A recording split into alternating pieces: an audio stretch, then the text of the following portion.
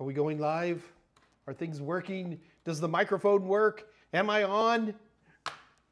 Somebody tell me I'm sound good. Hi, this is Mike Myers, and I've worked for like 45 minutes on this stupid microphone, so we sound good. And I'm just going to keep talking like this until I see something. All right, we got a little something coming in from Dave Rush. That tells me I sound great, and therefore, if Dave Rush says I sound great, then I feel great when I hear him say that. All right. Whoops. Hi, everybody. This is Mike Myers, and welcome to the Wednesday edition of the Mike Myers AMA, Ask Mike Anything. The goal of this live stream is to provide those of us who are isolated by the coronavirus an opportunity to continue our studies on CompTIA certifications. While we concentrate on A+, Net+, and Security+, we can certainly go out into a lot more CompTIA certifications than that, as well as non-CompTIA certifications and even general tech topics as well. So here's how this works. This is an AMA. You ask Mike anything, and you do that by typing here into your chat window here on the Total Seminars YouTube channel. What I recommend you might want to do is go ahead and where it says top chat over here in your YouTube window, hit that pull down and go to live chat. And you might also want to consider doing what I do, and that is I'll hit those three dots to the right of the word live chat and pop it out. And then that way I've got it kind of sitting right here nice and pretty, so it's easy for me to see what everybody is doing today. What do we got going on here? Today is National Literacy Day. Is it really? I'm feeling more literate by the moment. Oh, here, I gotta, hold on a minute. Let me just do this for 1 second.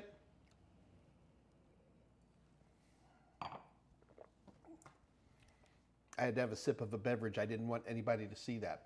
Anyway, so we start here at 2 o'clock Central Daylight Time, and we go till 3 o'clock Central Daylight Time, or until the questions run out. So if we're having a busy day, I'm always glad to go past 3, but in general, we usually stop right around 3 o'clock. Let me go ahead and put this window back up. Some people are a little shy about asking questions, and if you're a shy person, don't worry. Just send me an email. It's Mike Myers. My email is michaelm@totalsem.com. Just send that right there, and I'll get it. And I'd be glad to answer your questions that way. If you're a gamer, I'm Senor Pepe, and I'm Des Weds at just about everything else. So you are always, I'm an easy guy to get a hold of, to say the least. All right, first of all, do we have any questions up yet? Jason Helms at 2:03. I landed in, oh, excellent. Jason, you're working, man. That's so important that we're working. I got the offer letter an hour ago, and now you're a working schmuck. That's good. Good for you. Congratulations. Big round of applause to you, Jason Helms. Who's on? David Mohan, of course. Andrew, Alan, Alex, Crazy Homebody Girl, there you are. Andre, we need people whose names that don't start with an A. Patricia, there we go. Cool. Tollwood, of course, because it wouldn't be an AMA without Tollwood here to say hello. So, excellent. Good stuff. Glad to hear it. All right. So what I want to do today is I've got a little bit of a backlog of emails that I've been receiving, and I want to have a little conversation about this. So here's an interesting example. First thing I want to talk about is, by wacky coincidence, only two people asked for a deauthentication. They wanted access to my deauthentication watch. So what I'm going to do, because only two people had the guts to ask, and I'm sorry, the doors are closed now, I'm going to give them both to you. So both Andrew Hutz and Joseph McCroy, which you may have a different name online, I don't know, I'm going to send to both of you. And so guys, make sure I have your email address, your postage addresses, and I will have that in the mail to you probably today. So isn't it a great example when you have a small AMA like this? Things you get for just asking. And no, I'm not adding anybody else at this late moment. All right. So I do have some really good questions. Luis Francis. Hello, Michael from Florida. I love Florida so much.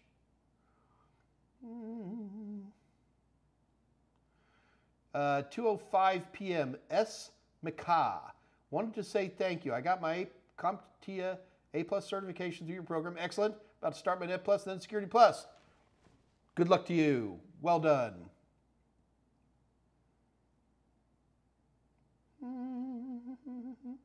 Little quick peek there. Okay, great. So anyway, let's check on some of these questions. I'm almost tempted to wait a minute. For some reason, everybody starts this AMA late. Gosh, so many.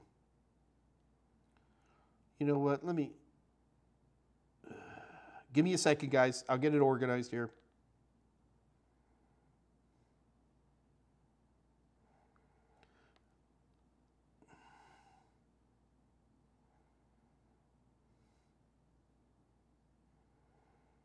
Hang on, seriously, guys. If I'm going quiet, it's just I'm trying to find... I have a lot of questions. I'm trying to find the first one is the trickiest part. Yeah.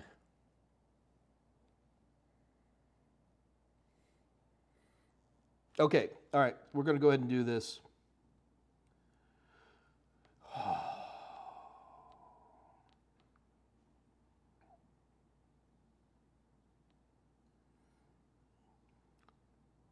Just people saying thank you. I can't find the first question, guys. I'm sorry.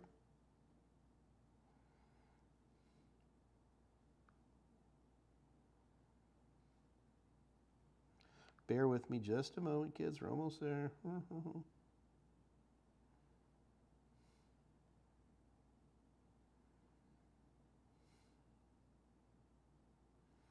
Okay.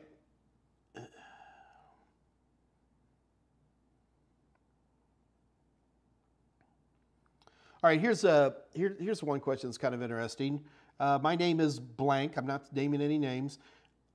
I'm 51 years old, home on sick leave, due for hip replacement. I know 51 sounds too young for hip replacement. No, my dad had them earlier than that. Got the right one, now getting to do the left one. That's pretty standard. Maintenance mechanic working on conveyor belt system at an airport. I really don't think I'll be able to return to that type of work. So, there's lots of physical aspects to that.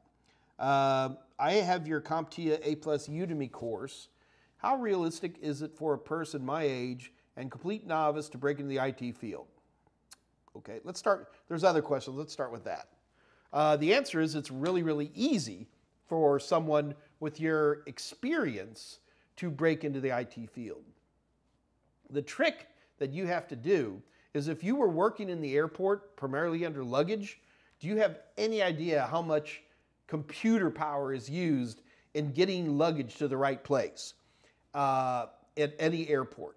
So the trick is you're not a novice. I always hate that when older folks say, oh, I'm a novice, because you want to get in IT? No, you have a lot of experience at luggage in airports. So look for work like that. Go back to the same airport you worked at before. Get down to the IT department. You know people at the airport. Talk to them and ask them about, look, I want to move more into the IT world. What kind of skill sets are you guys looking for? That kind of a thing. And you would be shocked how many people would scoop you up in a heartbeat. So age doesn't really mean much. Lastly, can it be done having only CompTIA A+ Network and Security Plus certs? It's completely capable of doing that with no certs, although it would probably help you to have a CompTIA A+ and maybe a Network Plus. So if you are on right now, the first thing I'm going to ask you is, why did you choose to say to me, do I need the A+, Net Plus, and Security Plus? Why did you make that choice to tell me what you needed and then ask if that was right? The better way to have asked that question is, Mike, what certifications do I need to make this move? And then I could have helped you more. But you're limiting yourself even by your questions. The better thing to do for someone like this is you need to give me a holler. Here, send me an email. Just send it to my email address, michaelm@totalsem.com, and we can talk about this. Well, you've actually already sent that. You know what I'm going to do instead? Because there's a chance this person isn't on right now, I'm just going to respond to the email with what I just told you guys about.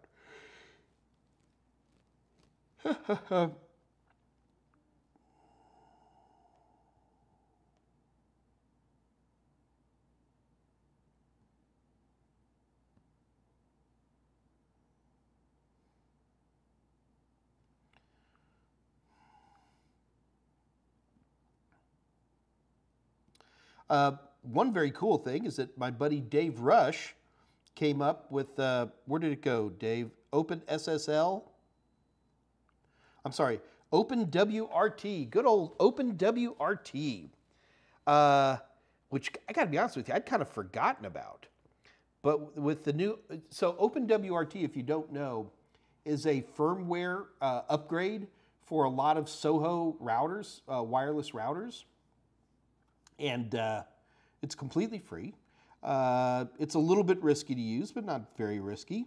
And it will, you can take any, I don't want to say any, got to be careful. You can take most home routers and upgrade them aggressively so that they can do all kinds of stuff. You know, SSH links, all kinds of crazy stuff, adjusting radio power, things like that. So OpenWRT, OPENWRT, OpenWRT, which is a tool that's been around like forever, has WPA3 support built in, which is about time.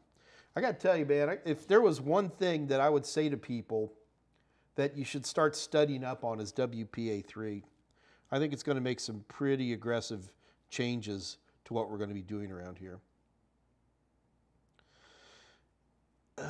So thanks for that line, David. OpenWRT. Now, my problem is I haven't looked at OpenWRT very often lately, so it's always curious, what routers will support OpenWRT? Because you can't just download this and then upgrade the firmware on any home router. You have to go through a list. And not just a list, you know, it's like, not this one, but this type of router with this type of firmware only kind of thing. You got to be very careful about how you use OpenWRT.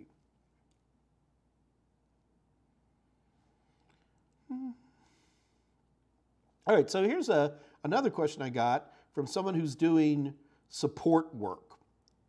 And it's very important to them that I tell them that is the work they're doing a level 1 or a level 2 tech. The first thing I'm going to tell you is that there is no definition for level 1 or level 2 or level 3 techs. The one thing I can tell you is that if you have, say, 3 levels of techs on your support line, level 1 has the ability to send stuff up, and who's ever at the top, level 3, the buck stops with that. So there's not a whole lot else in there. Anyway, let me read this to you. I've been at my job as a cloud technician and about to take the Network Plus exam. So naturally, I'm looking to advance my career. I'm using your approach. They have to say no to me, whoop, very good, and apply even when I'm not qualified. However, there's a general rule of thumb when it comes to support levels as an expectation. I would disagree with that statement. At my current job, I create users in Active Directory and in the admin portal, troubleshoot Office Suite, set up phishing campaigns, virus removal, 10 plus calls a day. Well, so what's the question? Based on what I'm hearing what your job is, creating users in Active Directory, that doesn't even sound like support level. That almost sounds more like admin. The moment I start hearing people saying that they're creating users, that's more than, just somebody, going in. But on the same token, then you're talking about virus removal and compromised email recovery.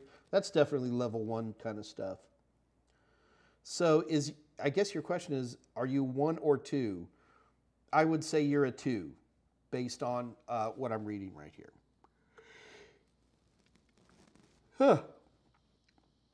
So we got a very good question come in, and I don't have the answer for this yet. In fact, I asked the guys to help me. Hey, Mike, what do you recommend to log a user uploading a file to a USB drive in Windows?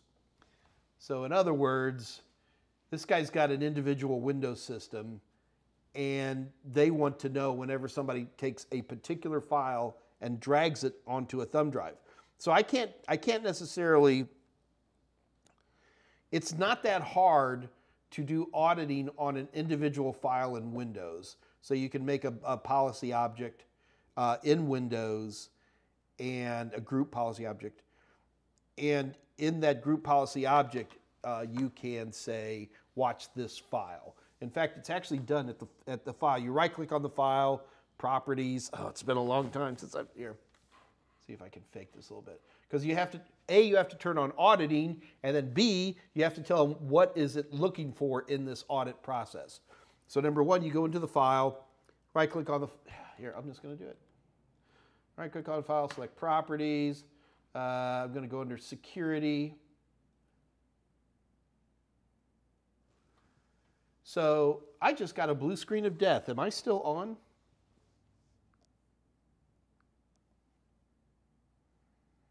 I'm worried that I just went down.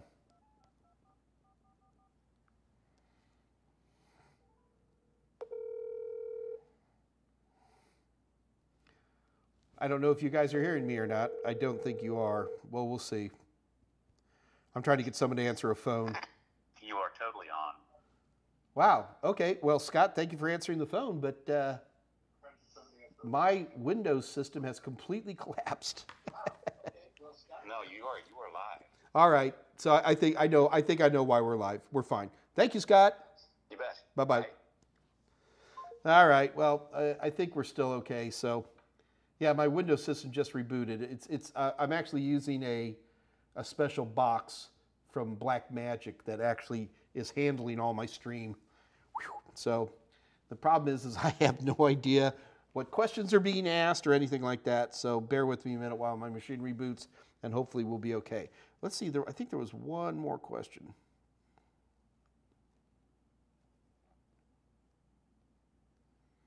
Nope, I think that's about it. All right, so I am caught back up in terms of email questions. That is good.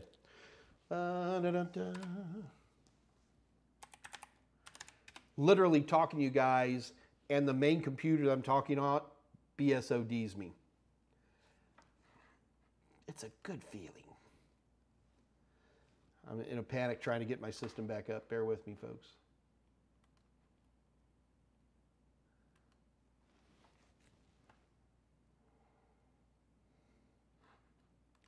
Almost there, kids.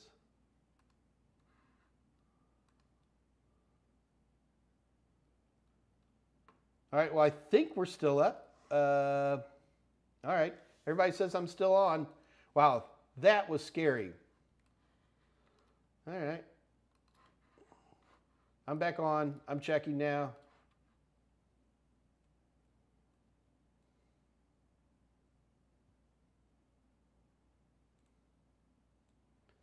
All right, so what I'm doing now, guys, is I'm going back through our chat, and I want to see if anybody has any questions on anything I have talked about up to this point.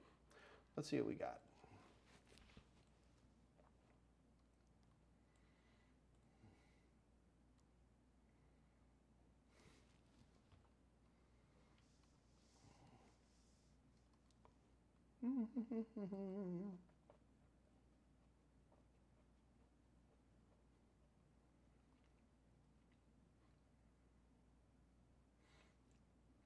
There you go. Yes, Henry, I hope I answered your question for you, my friend.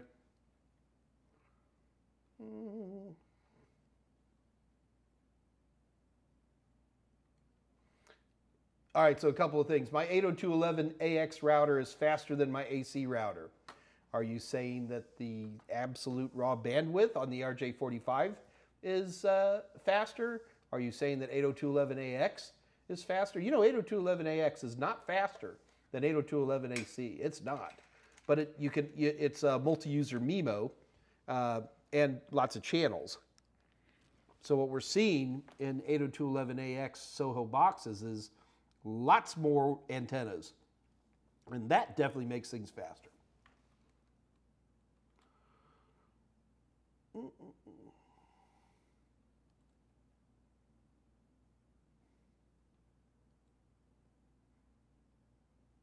Thank you, guys. Thank you for letting me know that I was still on.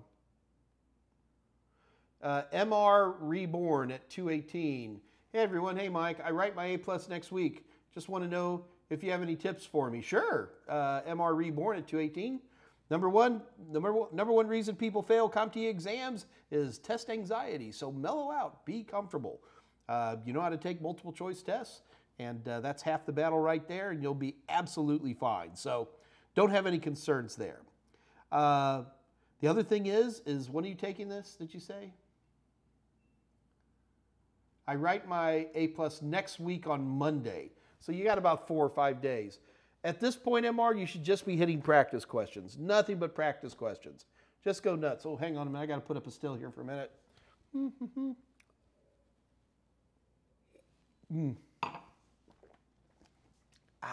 Okay, and so just be hitting practice questions at this point in the game. And if there's certain topics that you're going to be nervous about, you might want to hit on those a little bit. But other than that, just do some practice questions. You're going to be fine.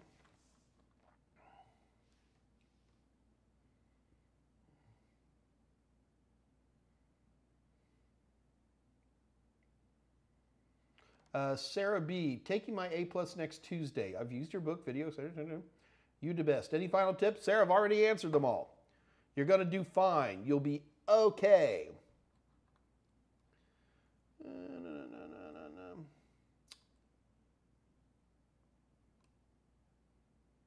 219, Chuck Japley.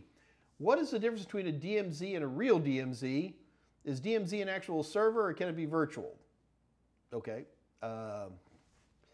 So Chuck, a real DMZ or a classic DMZ consists of 2 routers.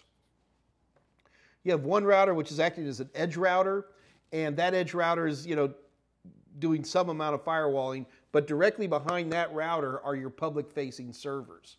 So, like if you had a web server, stuff like that, those would be right there. Now, after that, on a subnetwork behind that firewall router is another router that is separating your public-facing servers from your internal servers, your printers, and your workstations and stuff like that.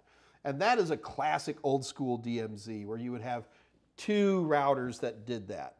Now, when you say a DMZ and a real DMZ, so a DMZ that is not a real DMZ is a fake DMZ. So in that case, what you're running into, and you still see this a lot on home routers, is they have a setting called DMZ. And this DMZ setting simply means, look, anything that's coming in from the internet, like incoming port 80 requests and stuff like that, send them to this box.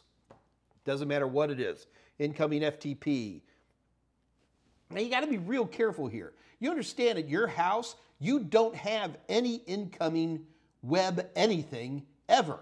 Your web browser sends stuff requests out to all kinds of web servers all the time to which they respond. But you should never, on a home network, have incoming port 80 requests. That shouldn't happen, okay? Well, okay, well, Mike, well, I do. I have a web server that I want to have in because I got a bunch of cameras and I want to be able to see those. Okay. So what you can do is you can set up what's called DMZ, and on that DMZ you can then go listen anything that's coming in on port, any port, send it to this computer. That's a really bad idea to ever do what I call a Soho DMZ or a poor man's DMZ.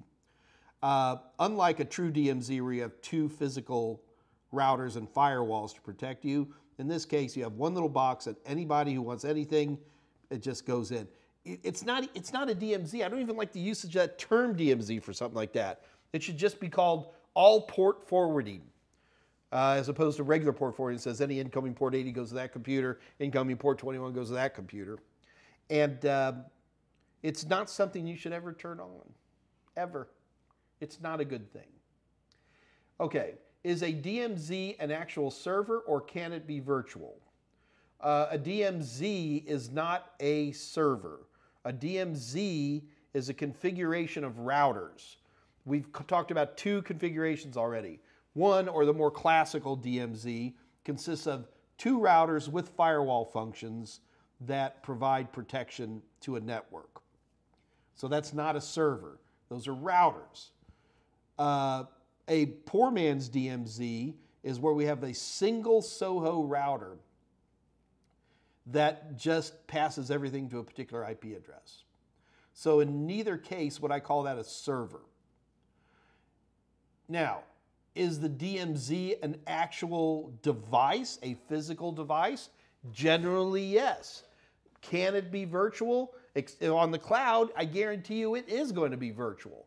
You absolutely can do this in a cloud using nothing but virtualized network devices across the board. So what if you wanted it for your house? Could it be virtual? No, it couldn't be, because you're going to have an incoming line. You just don't have the firepower to make something virtual for like your house.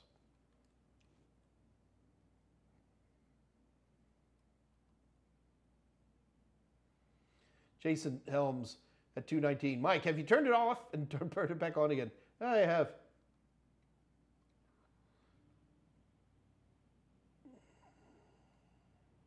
While Zerk678, while 802.11ax is backwards compatible with AC, no, it's not.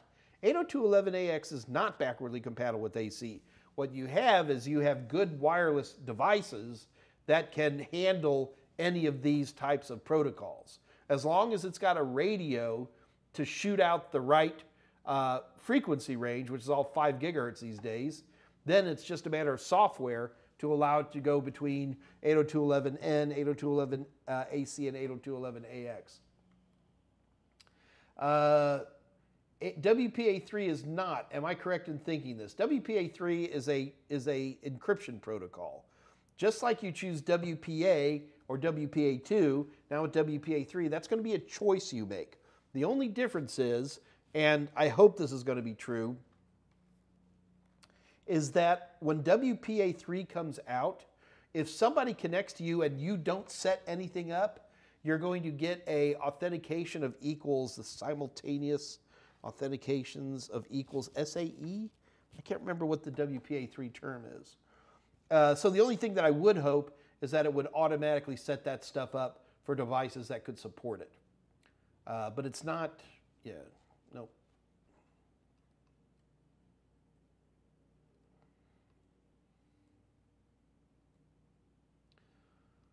Looking for, anytime you see me turn my head like this, because I'm looking for questions, guys.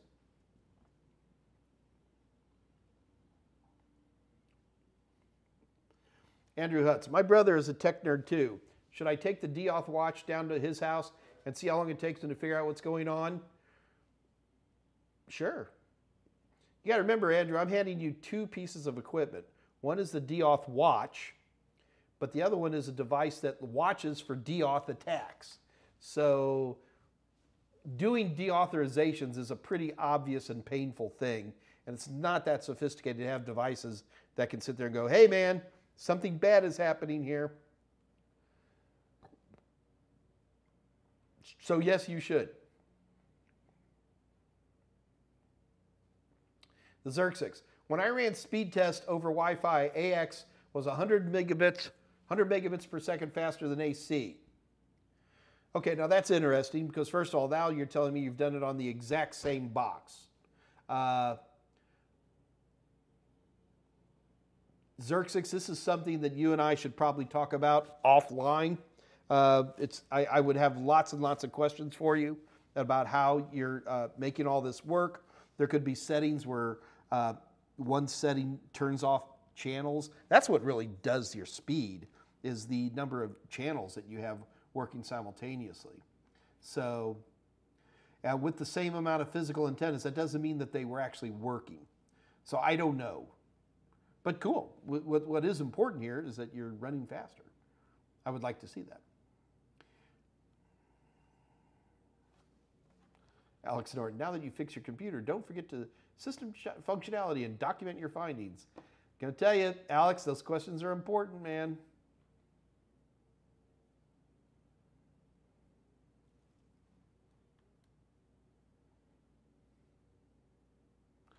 David Mohan, if I was a video editor, which of the following video-related specifications will have the greatest impact on display quality? Well, the problem here, David, is that I can't pick any one of these, mainly because some become more important than others at different times. So, David Mohan wants to know, of these three, of these 1, 2, 3, 4, 5 things, which is the most important? Refresh rate, GPU config, resolution, display connector type, or memory? Well, so starting off, memory is critical today on video devices. I'm assuming you're talking graphics card memory, not regular RAM. The thing about memory, though, is the more memory you have, the better it's going to work. But even that one's not going to come into play, because one of them is resolution. Resolution is always going to be have the greatest impact on display quality. Higher resolution is higher display quality. Number 2 is going to be refresh rate for sure. But again, you know, refresh rate's an interesting thing, because refresh rate is really important at low refresh rates, but once you hit like arguably 120 megahertz, you know, and I've seen these monitors that are 240s. Does it really make that big of a difference? I don't know. But then after that, GPU config. I'm not sure what you mean by GPU config. Display connector type.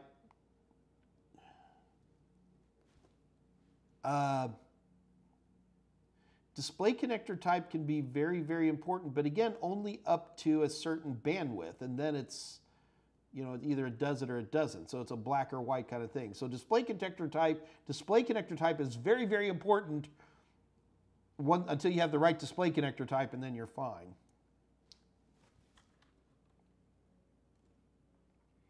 Interesting question, David. I guess I'm going to have to say resolution. Austin Noonan. What's the easiest mistake to make on Security Plus? Yeah, but it's not just for Security Plus, it's for any CompTIA exam. Not reading the questions well, especially if you use practice tests like mine.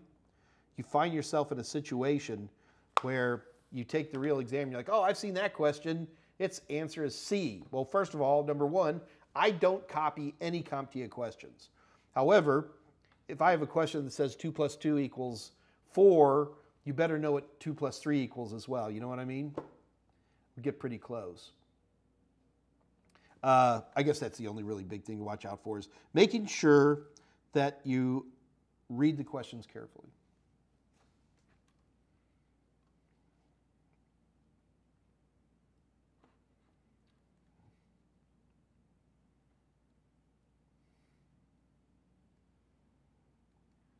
Tolowit, Amazon announced that beginning in October, it will make available to the public the training materials developed in-house to keep its employees and sensitive information safe from cyber attacks. So I guess I'm supposed to be in a big panic now, because now Amazon's giving all this stuff away. Well, we've seen IBM do this. I've seen Microsoft do this. Yeah, not a big concern. How in demand are the higher level CompTIA Security Plus like Pen Test and the CISA compared to other ones like OSCP and the CISA respectively? Pen Test is becoming very, very popular, mainly because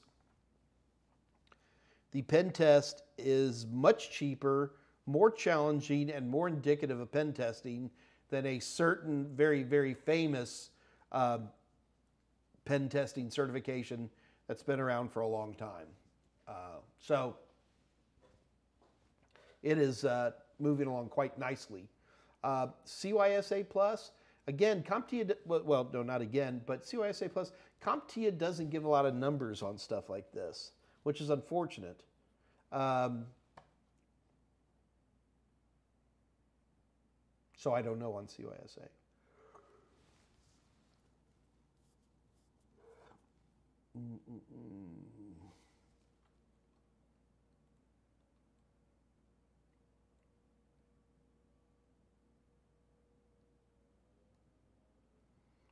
Jose Braden's back. Where have you been, Jose? Speaking of Jose, folks, my buddy Jose Braden, who's on the AMA right now, has a wonderful Discord channel. This Discord channel is not administered by me, but it is a fine channel, and it has a lot of the people that you see here in the chat here are actually on the Discord channel as well. Now, the Discord channel is 24/7. And if you have any questions about any form of CompTIA certification or technical issues, it's turning into quite the little place to drop those kind of questions, because not only am I on there, but Scott Jernigan's on there, Dave Rush, a lot of the folks that you see here are on there. So he's always a good group of techs to answer your kinds of questions. So, where is the Discord channel stuff? So I'm going to drop one quick link for the Discord channel. Put that in there right there so you guys can see that. Please consider joining the Discord channel. It's a great place. The fun thing is after we do an AMA, so that's Monday, Wednesdays, and Fridays, one or some of us will always pop on with a camera and mic. So it's a good opportunity, especially if you've got a more complicated problem. You should jump in there. Bring your camera and your mic along, and if I'm not there, there's guys a lot better than me, to be honest with you, who can help you out there as well. Scott's like 120 hertz, not megahertz. Oop, that's very true. There's no such thing as 120 megahertz refresh on a monitor. It'd be 120 hertz.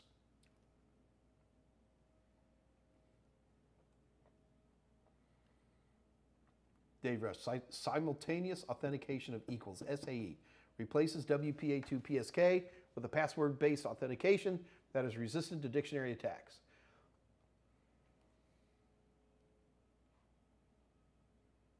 Gabriel I'm sorry, I apologize for messing up names. I'm building a small local network.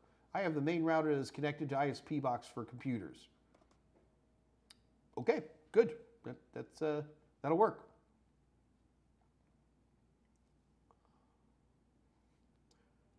Is it critical to add a physical firewall between ISP box and my router, or is it okay with router's firewall setting in place?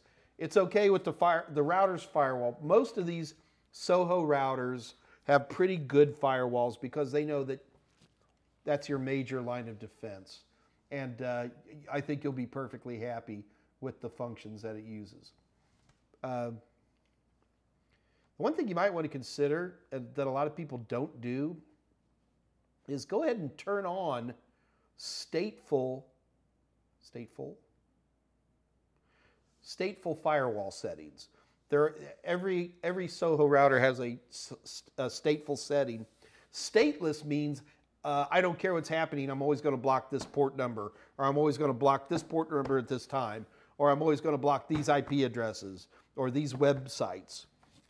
But and the ACL you generate for firewalls on Soho boxes, that's usually what we think about. But stateful firewall, which has been around for 20 years now, it's not that new of a concept. And I'm surprised how many home routers I run into that people do not turn that on. Wonderful tool sets for stopping things that, a stateless firewall can block port 80. A stateful firewall can block malformed port 80 packets. Get the difference? So you definitely want to use those. Good stuff.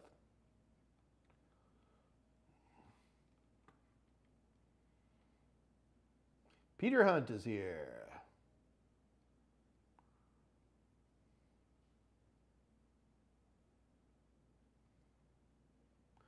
Charles Olson at 236. Hello, Mike! Hello, Mike! Exclamation point. Hope all is well. In regards to the CompTIA A+, can I only purchase a video training versus the book? Okay. So first of all, Charles, I'm just one of many trainers out there who provides training materials for CompTIA certifications. You don't have to buy any training materials at all. CompTIA doesn't require anything. You can just go in and take the exams. That's it. I recommend to people that if they choose to use my training materials, that I feel that the greatest amount of success that I've seen in my almost 40 years of doing this is that if you provide a book, a video, and practice questions, that's like the holy trinity that gets things where you want them to be in terms of the best chance of having you pass, in particular the first time. Does that mean you have to have it? No, it doesn't. If you're the type who's not a book reader, then skip the book and just go with videos and practice questions. If you like to read, go with the book and skip the videos. But notice the one thing I never said to skip. The most important thing you need are practice questions. You need good quality practice questions. And speaking of good quality practice questions, Total Seminars has. You ready for our deal this week? Our Ask Mike Anything deal is, where'd it go? So it's 50% off. We sell the ebook. So this is A+, Net Plus, Security Plus. Oh, no, it's not. A+, Net Plus, Security Plus, CYSA, Pentest Plus, and AWS SAA. All of these this week, you get the ebook plus the practice questions. You get that for 50% off, which is ridiculous. So just head over to my website, www.totalsem.com. Head over to the merchant area. And if you're interested in, I don't know, Pentest Plus, grab a Pentest Plus ebook and a Pentest Plus practice question, put them in there, and then just before you check out, type in the code 090621. That's it. And you get it all for half off. Guys, I'm already about the cheapest out there. I'm the cheapest. I used to say I'm the cheapest of the good training materials. No, I'm just the cheapest of all training materials, whether they're good or bad. But it's an opportunity you really, really ought to take advantage of. It's good stuff.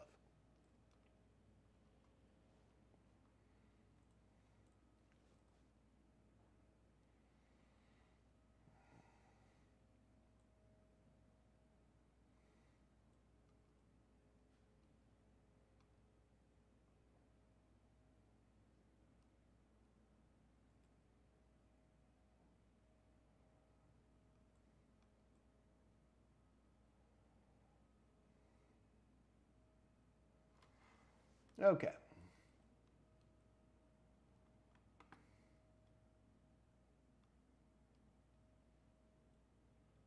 Looking for questions.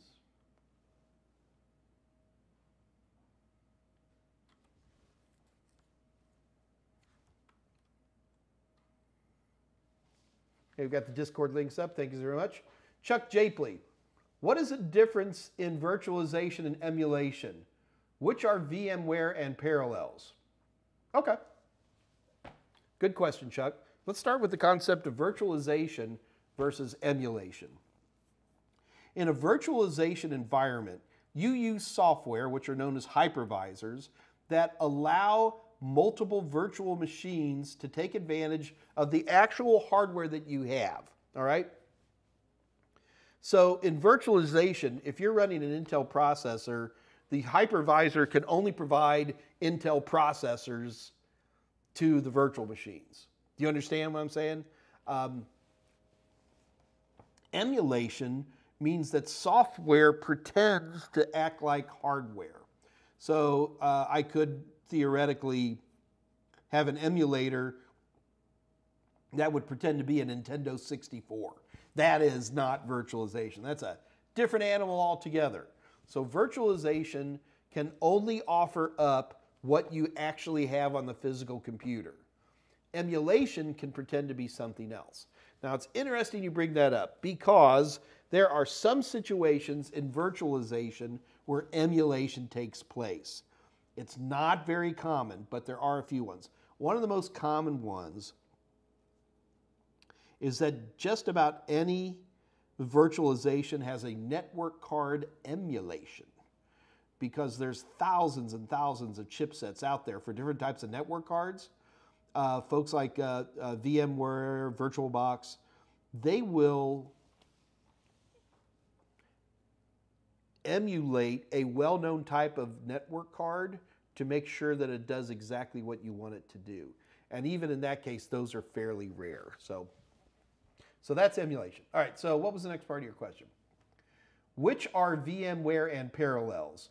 So VMware and Parallels are two examples of hypervisors, software that's designed to create virtualization support. Parallels is unique to Macs. VMware is probably the most popular single virtualization solution out there. And when you say VMware, you're kind of like saying, that's like saying, I don't know, Ford. VMware is a company that makes lots and lots and lots of different types of products. And so if you're talking about, VMware Workstation or some of the other products, they make lots of different stuff.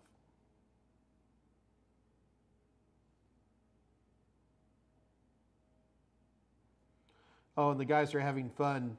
They're mentioning that VirtualBox emulates a video card, even if you needed to. There's little things like that are fun. David Mohan at 241. Why is it that for first-time support they require experience? Is it a first line? I know it's a common theme. Do they actually have a reason for it, even though it's an entry-level job? Yeah, well, one of the things they're doing, David, is they're trying to make sure that all the cowards and weak people don't even try to apply.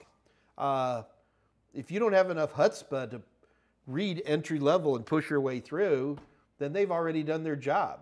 It's a terrible, it's what they do. So it's designed to keep people from applying for a job.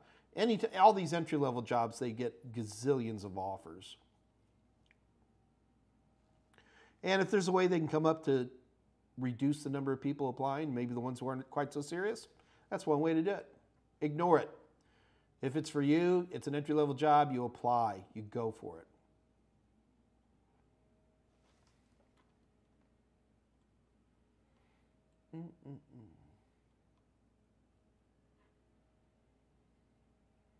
All right, it sounds like a lot of people are already getting ready to head over to the Discord channel today.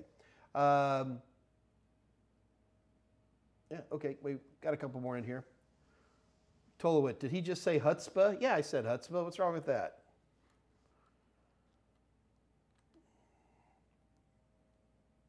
My dad had a bar mitzvah. Figure it out. Charles Olson at 246. Is it reasonable to take CompTIA A+ and security at the same time? Reasonable. I'm such a single tasker that the idea of studying for two different certifications simultaneously bugs me. Could it be done? Sure. I mean, in my undergrad, I took 23 hours one semester. Trust me, I studied for lots of stuff almost simultaneously. So it absolutely can be done.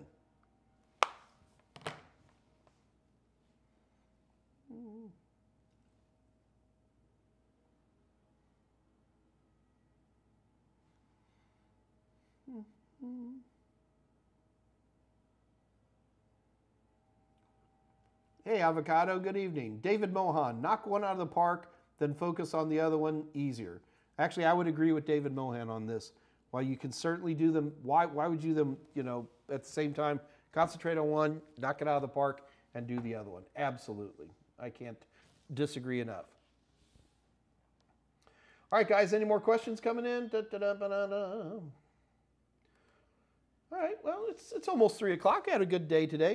Folks, do remember that this Friday is going to be Dave Rush AMA, D-R-A-M-A, drama. And Dave concentrates on using Raspberry Pis to help you learn CompTIA stuff. Dave loves Raspberry Pis, as do I too, and has come up with a lot of things you can do to learn CompTIA much more cheaply in terms of hardware than a classic system, desktops or whatever it might be. And Dave's done some great stuff, and I can't recommend it enough. It'll be right here at the Total Seminars channel at 2 o'clock Central Daylight Time this Friday. So that's going to be Friday the 10th. Good Lord. Is anyone else terrified by the fact that the 21st century is already 21% done? It's 1/5 of the way through it. It's be like the Roaring 20s.